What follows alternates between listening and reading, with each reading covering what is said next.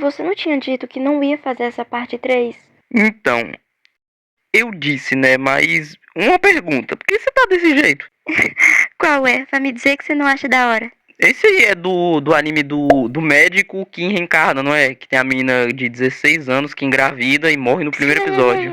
Sem spoiler. Não, é porque depois eles querem reclamar de remake Welsh, tá ligado? Mas Não, assim, eu tipo, sei. essa parte 3 aqui eu só tô fazendo por causa do Twitter, né? O Twitter me É porque o incentivou. Twitter te Toma aí. ama, Doma. Eles te amam. Ok. Mas aproveitando que você tá aqui, por que você não canta a intro do vídeo, hein? Ah, então só bora, Leque.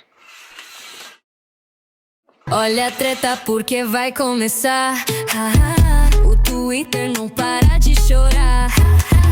Doma se prepara pra poder chipar.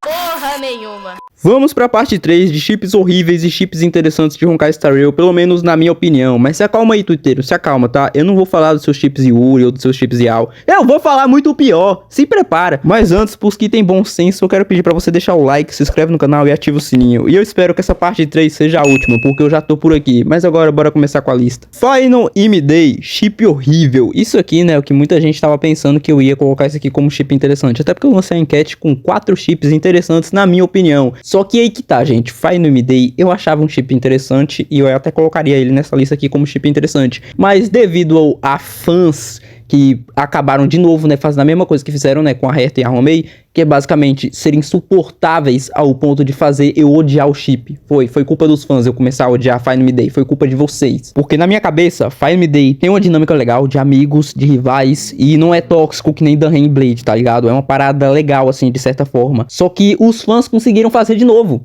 Eles começam a toda hora, se a pessoa automaticamente não gosta do chip Final Imi Day, a pessoa é homofóbica e os caras eram 4. Foi basicamente isso que eu vi nos comentários dessa enquete aqui, tá? Tinha gente discordando de Final Imi Day e só falando lá, pô, eu não gosto desse chip aí e tal, nem sei porque tá aí na enquete. Mas aí teve gente chegando com comentários ainda pior, chamando essa pessoa de homofóbico e os caras eram 4. Chegaram nesse ponto aí. Então por isso eu odeio esse chip por causa disso. Fora que eu não avancei muito em Amphores, não dá pra mim dizer que esses dois aqui é um chip interessante por causa disso. Apesar disso, eu achava legal a dinâmica deles e tal. Só que ainda assim, Final Imi Day só tem esse lance de amigos e rivais. Eles se importam com o outro, que isso também é coisa de amigo e rival. Então é só isso mesmo, é morno e vazio. Então se falarem que estão levando na brotheragem, tudo bem. Agora você quer pegar Final Imi Day e adiantar que esse aqui é um dos melhores chips de Honkai Star Rail, o melhor chip de Amphores, e a pessoa é viagem. Você já pode chamar de maluco, tá? Chip interessante, Dig-Wan e Fuxuan. Aqui tem um problema que é o visuais dele, né? Porque fica parecendo que é tipo o Ban e Elaine, mano, que é meio criminoso, né? Aparências, vamos dizer assim, aparências, porque a história é bacana. Só que, gente, vocês acreditam que Dig-Wan e Fuxuan, eu sempre acreditei que eles eram casados,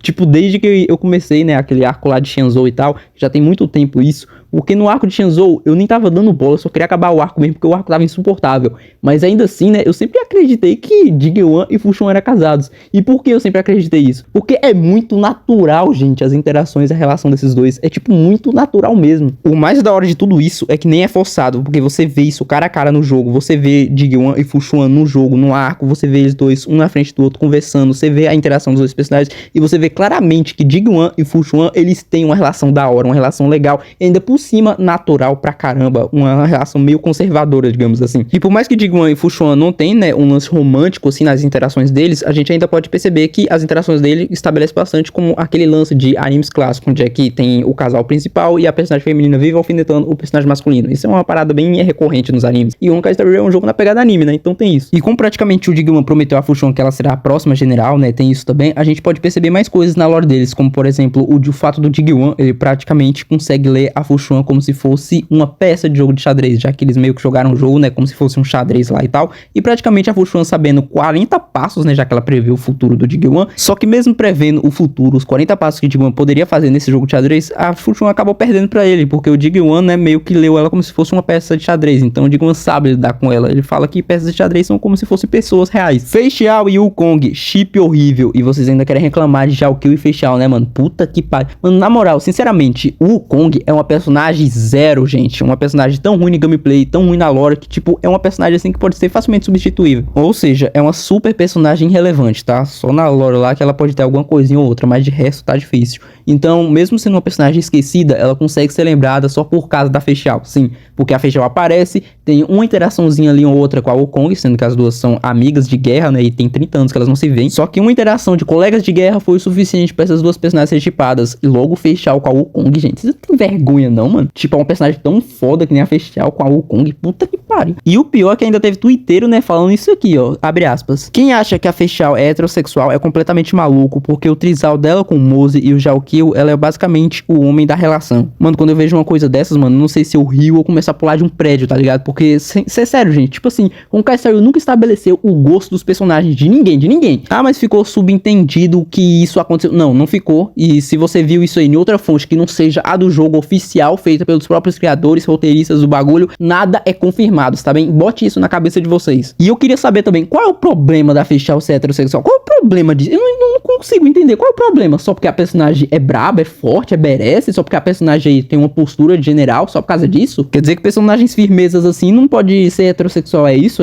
Fizeram a mesma coisa com a César lá e vocês viram que deu. Fala a verdade, vocês se doeram, né? Diz aí, gente. Doeu pra vocês, né? Saber que a César não é apenas uma mulher empoderada genérica na cabeça de vocês. E que sim, ela é uma personagem feminina que é apaixonada, tem seus sentimentos, tem seus sonhos e é isso. E isso deve ter ferido bastante vocês. Fala aí, vai se sentindo traídos pela Royal. Mano, quem fala isso da Feixiao, velho, deve ser, sei lá, mano, deve ser feminista. Alguém pode me explicar qual é a ideia dessas feministas, mano? Eu não consigo entender. Eu vou explicar. Bom, é basicamente assim. Elas não querem homem e elas querem personagens femininas que parecem com homem. Oxente, mas isso não faz sentido. Cara, é sério, se coerência fosse água, a feminista morreria de sede, mano. Na moral. E ainda vem esses doentes reclamar de Feixiao e Zhaoqiu, viado. Cê é louco. Se liga só na resenha. Tipo, Feixiao e o Kong, o que elas têm? Zero interesse romântico e uma amizade de longa data que faz 30 anos que elas não se veem. Feixiao e Zhaoqiu não tem interesse um romântico no outro, mas pelo menos eles têm conexão profunda, extremamente profunda na lore deles, e a maior parte do tempo eles estiveram juntos, porque o Zhaoqiu é o médico dela, então o tempo todo eles estão juntos. Fora que só do Zhaoqiu ficar cego, a Feixiao perdeu a postura completamente e ficou tristaça. Lembrem-se disso. E que papo é esse de homem da relação? Quer dizer que existe o homem da relação nos papinhos Yuris? Que é isso? É a hipocrisia? Enfim, Feixiao e o Kong é um chip que nem deveria existir, só existe porque são duas mulheres, né? Fazer o quê? Blade e Kafka, chip interessante, ou melhor dizendo, Kafka e Bladezinho, né, rapaziada? Isso aqui já diz muita coisa, tá? Porque de tantos personagens assim que a Kafka poderia estar peidando, ela escolhe logo o Blade pra chamar de Bladezinho. Fora que Kafka e Blade, né, já se demonstraram, né, se importar bastante um com o outro, tá ligado? E ao máximo que eles poderiam ser colegas e tal, amigos, só que mesmo assim a relação deles não parece muito de amigos, tá ligado? Até porque, tipo, dá de entender algumas coisas ali, principalmente quando se trata do Blade o tempo todo, né, sempre tá perto da Kafka, tipo, ele sempre aparece nos momentos que ela tá precisando muito dele. Principalmente, né, quando a Kafka sempre tenta ajudar o Blade de tudo que ele quer, tá ligado? Seja com a Mara, seja querendo ser vingado do Danfen, tipo, o Danhen, né? Tipo, ela sempre quer priorizar, né, os gostos do Blade.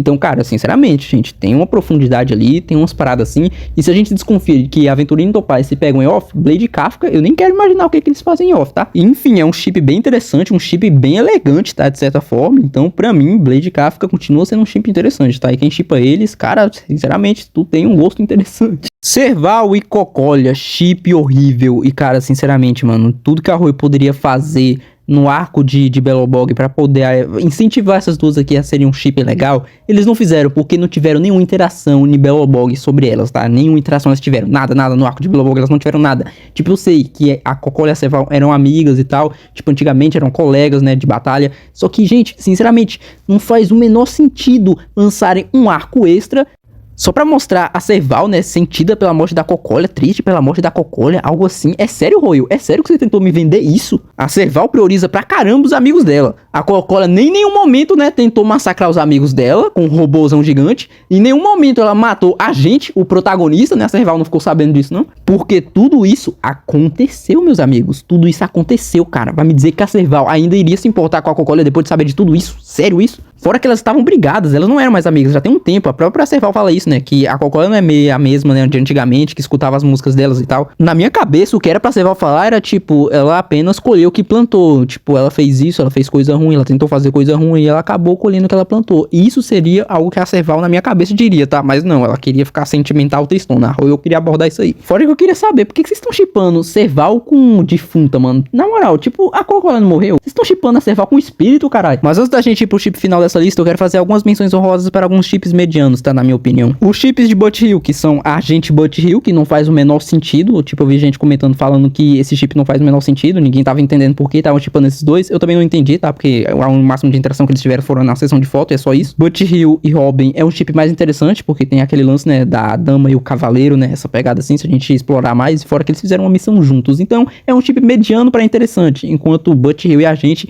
é um chip mediano pra horrível. Até porque a gente só pode chipar a gente com ele mesmo, né? Também tem Arlan e Asta, que é um chip mediano pra interessante pra caramba. Acho que é até mais interessante que alguns que eu coloquei nos outros vídeos, tá? E Cilly e Luca, que é um chip mediano mesmo. Não é nem horrível nem interessante. É só mediano pra caramba. E possíveis chips que podem ficar interessantes futuramente: Anax e Aglaé, porque eu ainda não terminei Amphoreus. E também tem o chip de Sedmaço e Danren, que se a Sedmaço virar vilã e o Danren vai ter uma nova forma dele, né? Aparentemente, uma nova forma 5 estrelas dele. E acaba que tendo uma conexão, né? Entre a história deles dois, onde o Danren acaba salvando a Sedmaço, né? Trazendo ela de volta. Porém, acaba virando um chip bem interessante, tá? Enfim, bora pro chip final dessa lista. Yanqing e Yuli, chip interessante. Ou melhor dizendo, chip interessantezérrimo. Vamos lá, Yanqing e Yuli, eles são crianças ainda, tá? Então a gente vai ter que chipar eles de forma saudável. Mas quando eles crescerem, e quando crescerem, com certeza eles vão virar um casal. Porque em Honkai Impact eles são casados, mano. Então aparentemente eles têm que virar um casal quando crescer, né? Tipo, é uma parada que a gente tá esperando. Mano, acho que a própria Ruyo tá torcendo pra eles dois, tá ligado? Tipo, então é uma parada que nós tudo tá unido em uma torcida, porque a gente quer ver Yanqing e Yuli crescerem e ficar juntos.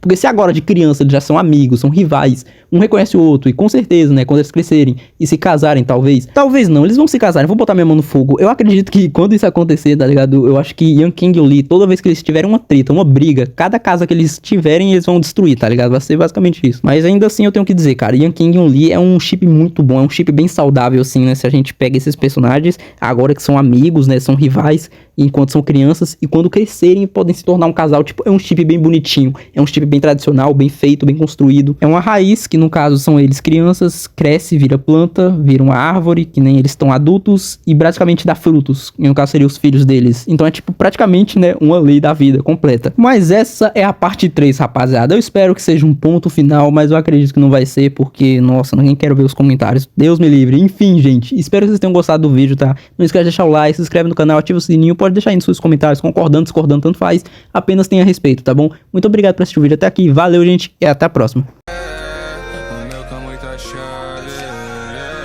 Tipo uma viagem, mudando de fase, tô em outra vibe porque o Kamui é mó chave.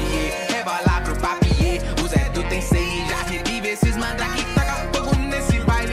Quem que sorroso mais tarde, dirigindo esse lugar, quem que manipula tá se dá certo e nós não erra.